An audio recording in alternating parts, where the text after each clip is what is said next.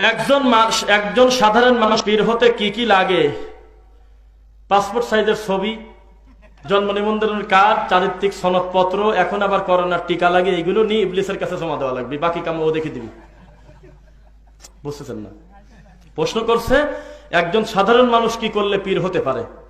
তার নিজের ওজন যতটুকুন ততটুকুন পুরাটা একটা ছবি তুলে, জন্ম নিবন্ধনের কার্ড দিয়ে, পরিষদ থেকে চারিত্রিক সনদপত্র তুলে, ভোটার আইডি কার্ড দিয়ে, পাসপোর্ট দিয়ে, বাইরে শয়তানি করতে গেলে আবার পাসপোর্ট লাগবে, ভিসা টিসা সকল কিছু রেডি করে, সমস্ত কিছু ওকে করে, এখন আবার করোনার টিকা ছাড়া ঢুকতে দেবে না। তাও আবার যদি সিনোফার্ম নেন তো 2টা নিলে শুধু হবে না, আবার বুস্টার নিতে হবে, নিয়ে তারপরে ইবলিসের কাছে জমা দিয়ে দেন, বাকি কামও দেখে দিবি।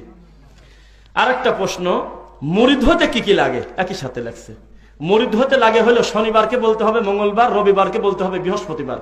মানে যা আছে কোরআন হাদিসে তা মানতে হবে না, বলতে হবে ঠাকুরদা বলে তাই। তাহলে আপনি মুরিদ হয়ে গেছেন।